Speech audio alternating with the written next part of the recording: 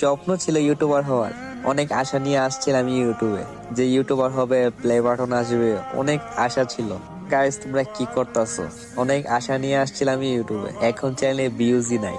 Please guys একটু support করো, একটু ভালোবাসা দেখো আমাকে, কারণ অনেক আশা ছিল যে আমার একটা প্লে বাটন হবে, 100K সাবস্ক্রাইবার হবে। অনেক আশা নিয়ে আসছিলাম। প্লিজ গাইস কমপ্লিট করে দাও আর কন্টিনিউ করো। ডেসাপটা কি ভালো লাগলে কমেন্টে জানাইও।